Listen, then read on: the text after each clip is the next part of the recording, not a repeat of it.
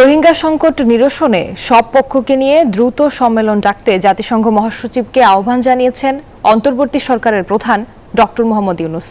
রোহিঙ্গা জনগোষ্ঠীর বিরুদ্ধে সংগঠিত অপরাধ মোকাবিলায় ন্যায় বিচার ও জবাবদিহি প্রতিষ্ঠায় আন্তর্জাতিক সম্প্রদায়ের দৃষ্টি আকর্ষণ করেন তিনি। নিউ ইয়র্কে জাতিসংঘ সদর দপ্তরে রোহিঙ্গা সংকট নিয়ে উচ্চ পর্যায়ের বৈঠকে এসব কথা বলেন ডক্টর ইউনূস। এদিকে রোহিঙ্গাদের জন্য নতুন করে $20 কোটি অনুদানের ঘোষণা দিয়েছে যুক্তরাষ্ট্র। নিজের দেশে বাস্তুচ্যুত হয়ে জীবন বাঁচাতে 2017 সালে বানের জলের মতো মিয়ানমার থেকে বাংলাদেশে ঢুকে পড়ে প্রায় 12 লাখ রোহিঙ্গা। দীর্ঘ সময় পেরিয়ে গেলেও তাদের নিরাপদে নিজ ভূমিতে ফেরত পাঠাতে পারেনি বাংলাদেশ। এমন বাস্তবতায় জাতিসংঘের উচ্চ পর্যায়ের কর্মকর্তাদের সঙ্গে প্রধান উপদেষ্টা ডক্টর মোহাম্মদ ইউনূসের এই বৈঠক।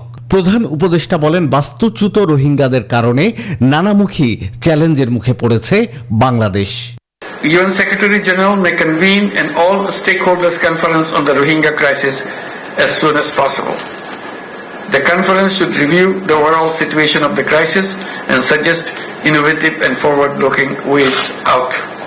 রোহিঙ্গাদের নিজ দেশে ফেরত পাঠানোই এই সংকটের একমাত্র টেকসই সমাধান বলেন অধ্যাপক Yunus. Creating an inclusive society in Myanmar is key, where all ethnic communities can live in peace and harmony. All international, regional and national actors, including UN Security Council, ASEAN and other friends of Myanmar, need to acknowledge and incorporate in their approach.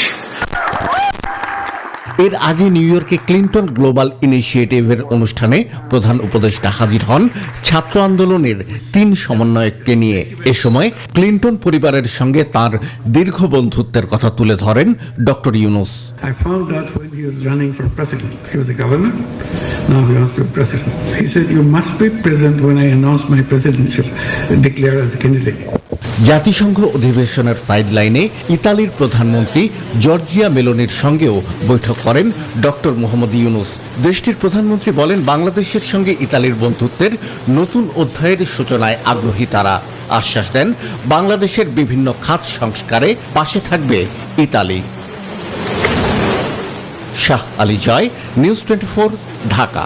বিশ্বমানের Thermex rod, সালাম still Thermex, দেশের একমাত্র Thermex rod.